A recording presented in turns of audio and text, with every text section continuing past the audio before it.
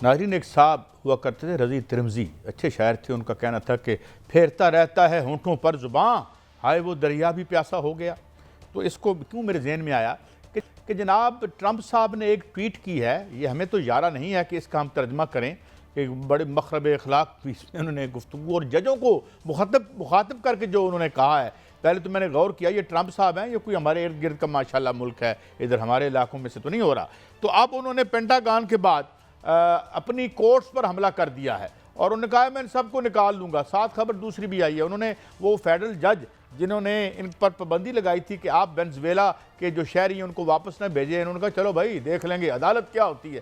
भाई ये अच्छा, मैं समझता हूँ अल्लाह एक तो हमें शर्फ हासिल है कि हमने जिस तरह हवा में अदालतों के जो ऑर्डर्स उड़ाए थे कि भाई नहीं करांदे 3 महीने इलेक्शन की कर लोगे साडा माशाल्लाह, तब हमें बड़ा बुरा लगता था। अब तो अमेरिका बहादुर भी यही कर रहा है, तो अब तो इसको एतबार भी मिल जाएगा। तो मियाँ साहब अब वो पड़ गया है अदालतों को पड़ गया है और अब ये कहा जा रहा है कि अब, बल्कि मैं आपको एक बड़ी दिलचस्प बात बताऊं कि अब चाइना के अखबार कह रहे हैं कि Trump is a great nation builder.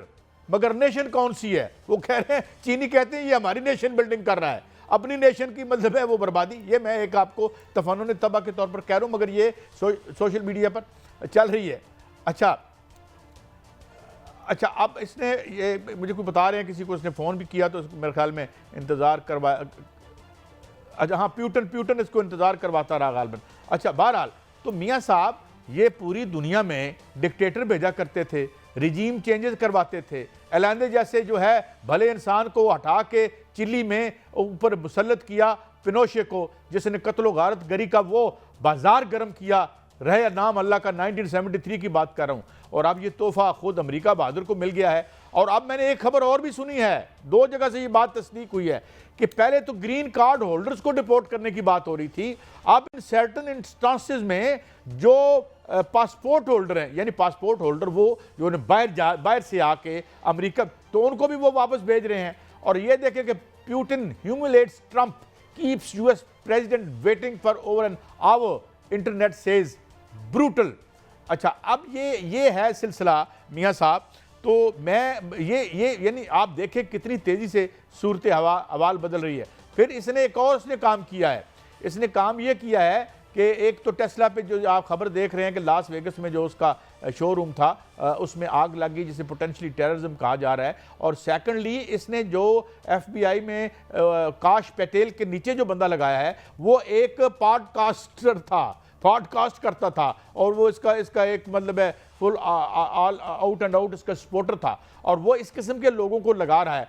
तो अब ये एक मुझे लगता है कि जिसे आप ओलिगार्की से भी बात आगे बढ़ के चली गई है। ये तो कैकेस्टोक्रेसी जो हमने कल लफ्ज़ इस्तेमाल किया था और हमारे दोस्तों ने उस पर हमें कोई रिस्पांस भी दिया, यानी कैकेस्टोक्रेसी कहते हैं उस हुकूमत को, उस निज़ाम को, उस समाज को जहाँ वहाँ के बदतरीन लोग जो हैं वो हुक्मरानी पे हो जाएं। क्योंकि कैकिस्को जो है वो एक यूनानी लफ्ज़ है जिसका मतलब है वर्स्ट, उर्दू में बदतरीन, यानी बदतरीन लोगों की हुक्मरानी। मुझे यही याद लग रहा है पूरी दुनिया में, मैं यूरोप में देखूं, मैं इधर उधर देखूं, तो ये कुछ मुल्कों को छोड़ के यकीनन there are exceptions to every rule. जी मियाँ साहब, तो आपको क्या लगता है अमेरिका बहादुर तो मेरे ख्याल में अब जाना महफूज नहीं है कि अगर वो पासपोर्ट वालों को भी पासपोर्ट लेके वापस भेज रहे हैं तो वीज़े, आपके मेरे वीज़े की क्या औकात है मियाँ साहब? देखिए कायद साहब, जो अमेरिका है वो उसको कहते हैं यूनाइटेड स्टेट ऑफ अमेरिका। बड़े दानिश्वर ये कहते हैं कि शायद ट्रंप जो हैं वो आखिरी सदर हों जो मुत्तहिदा अमेरिका की को तोड़ने की बुनियाद रखें। इससे पहले जो है वो पूरा जितने भी सदर आए हैं उनकी पॉलिसी सामने है। कहा जाता था कि अमेरिका जो है वो हकूक़ का नंबरदार है, इंसानी हकूक़ का नंबरदार। ये कहा जाता था कि वो जमहूरियत का नंबरदार है। ये भी कहा जाता था कि वो गुड गवर्नेंस का नंबरदार है और वहाँ पर इंसाफ होता है। तो क्या ट्रंप क्या कर रहा है कि वो अपने इंसाफ को अपने हाथों से कत्ल नहीं कर रहा? क्या वो अपनी जमहूरियत को अपने हाथों से कत्ल नहीं कर रहा? लोगों को बेरोजगार कर रहा है। जब लोगों को बेरोजगार करेंगे तो टेस्ला पर हमले तो कायद साहब होंगे। और फिर अब मामला यहाँ तक आ गए हैं कि जो रूसी सदर हैं उन्होंने 1 घंटा इंतजार कराया ट्रंप से बात करने का। ट्रंप जो है वो इंतजार करते रहे और 1 घंटे बाद उन्होंने उनकी कॉल जो है वो अटेंड की और उसके बाद उनसे बात हुई और उसके बाद उन्होंने बात की। उन्होंने कहा ठीक है 30 दिन की जंगबंदी पर सोच लेते हैं। आपने सर देखा कि इतनी गिरावट आ चुकी है कि हौसी बागी जो हैं उन्होंने हमले शुरू कर दिए हैं इजराइल पर, बहुत तेज हमले, और उनकी न्यूक्लियर साइट्स पर हमले शुरू कर दिए हैं, उनका मिसाइल प्रोग्राम तबाह करके रख दिया है। और वहां पर उनके हमले जो है अमेरिकन साइट्स पर भी जो है वो उनके बहरी बेड़े पर पै दर पै हो रहे हैं। और वहां पर एक सुपर ताकत और एक इंतहाई गनौनी ताकत जिसको अमेरिका इजराइल कहते हैं वो वहां पर मौजूद है और वो गजा पर जो है जुल्म डाल रही है। लेकिन हौसी जो है वहां पर छोटी तादाद होने के बावजूद उन्होंने वहां पर वक्त डाला हुआ है, पकड़ के उनको नथ डाल दी है। और ये है अमेरिका बहादुर की अब जो है वो औकात सामने आ रही है। और उधर चीन जो है वो कह रहा है कि हम जो है वो अमेरिका को माशी तौर पर तोड़ेंगे, क्योंकि चीन की मैशत जो है बड़ी तेजी से जो है फल फूल रही है। और जिस तरह अमेरिका ने उन पर टैरिफ लगाया है तो उन्होंने जवाबी टैरिफ लगाकर अमेरिका को जवाब दिया है। पर जो अमेरिकी सदूर हैं वो रिसेशन के नाम से भी डरते हैं। अच्छा, अब ये है, ये मुझे क्या लिखे, US will be hit by high tariffs from other countries, China's global times warns. लेकिन मैं अब आपको एक और बात बताऊं, इससे बढ़ के खबर देता हूं। यानी ये बात ऑफिशियली मान दी है ट्रंप ने कि जी जो मैं तब्दीलियां कर रहा हूं इससे कीमत भी बढ़ेगी और रिसेशन भी आएगा, मगर ये बड़ा ब्रीफ होगा। इसके बाद एक बहुत, ये जिस तरह हम कॉक एंड बुल स्टोरी सुनाते हैं ना, आज सोना निकल आया, आज हीरे सोने उन्हीं के निकलते हैं जो खजाने की कुंजी जिनके पास होती है, बाकी के तो मतलब बर्बादी ही निकलती हैं।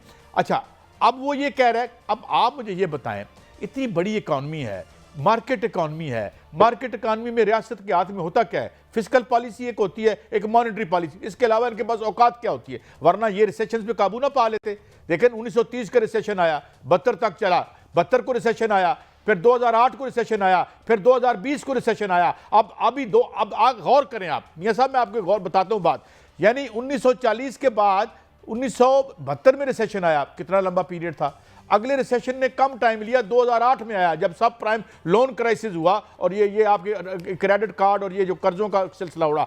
फिर 2008 के बाद 2020 में रिसेशन आया, इन्होंने कोरोना के नाम डाल दिया, हालांकि कोरोना ने उसको तेज कर दिया था, मगर वो कोरोना की वजह से नहीं आ रहा था, वो पहले ही आ रहा था। अब 2020 के रिसेशन से हम नहीं निकले और आज 2025 में एक नए रिसेशन भी मैं आपको बता दूं, टेक्निकली रिसेशन का मतलब ये होता है कि 3 क्वार्टर में अगर आपकी ग्रोथ नेगेटिव हो तो उसे टेक्निकली ये रिसेशन कह देते हैं। तो अब एक और रिसेशन आ रहा है, ऊपर से टैरिफ है, ट्रेड वार है, जंगें हैं वो लग रही हैं, और ट्रेड वार की वजह से जो आपकी सप्लाई चेन्स हैं वो टूट रही हैं। तो इस तोड़ फोड़ में क्या अच्छाई निकाल लेंगे? और फिर माशाल्लाह जितने वो जीनियस हैं, और एलन मस्क साहब समझते हैं चूंकि वो वहाँ के सबसे बड़े सरमायादार हैं तो सबसे बड़े विजनरी भी वो हैं, तो वो I think I doubt it.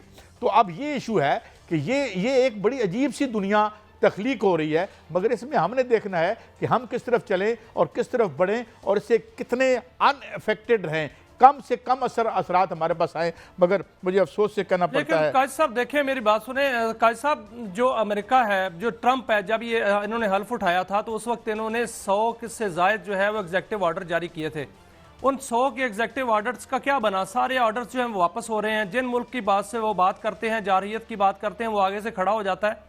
मुझे लगता है कि अब चीन और रूस जो है वो न्यू वर्ल्ड ऑर्डर जो है वो देंगे, क्योंकि चीन जिस तरह ग्रो कर रहा है और जिस तरह उनकी इकोनॉमी जो है वो पूरी दुनिया पर छा रही है, खासतौर पर अमेरिका के पीछे आ रही है और यूरोप पे छा रही है, वो लगता यही है कि चीन के साथ साथ रूस जो है वो भी बड़ी इकोनॉमी बनेगा। और उसके साथ जाहिर है हमारा CPEC 2 जो है वो शुरू होगा तो पाकिस्तान भी तरक्की करेगा। लेकिन यूरोप की तरफ अगर देखा जाए तो यूरोप के पास तो इस वक्त जो है वो कोई इकोनॉमी नहीं है। यूरोप जो है वो तो अपना जो दिफाई बजट बढ़ा रहा है, यूरोप तो न्यूक्लियर की तरफ जा रहा है, यूरोप तो अपने इंफ्रास्ट्रक्चर को कम कर रहा है। तो फिर इसका मतलब ये है कि ना अमेरिका ना यूरोप, आपको एक बात बताऊं, मशरक जो है वो अब आगे जो है बढ़ने को है। मैं आपको बताऊं कि एक $41 बिलियन का एक प्लान चाइना दे रहा है। चाइना में स्लगिश ग्रोथ है, डिफ्लेशन शुरू हो गई है, लोगों ने खरीदारी बंद कर दी है, कंज्यूमर कॉन्फिडेंस गिर गया है। तो ये दुनिया एक अहद में कदम रख चुकी है। मुझे लगता है कि स्टेट इंटरवेंशन बढ़ानी पड़ेगी आपको मैशत में, और जो तमाम पुराने मफरूज़े थे वो भग से उड़ रहे हैं। बहरहाल एक दिलचस्प दुनिया है, देखेंगे और रिपोर्ट भी करेंगे। आप हमें देखते रहिए। इजाज़त, अल्लाह हाफिज़।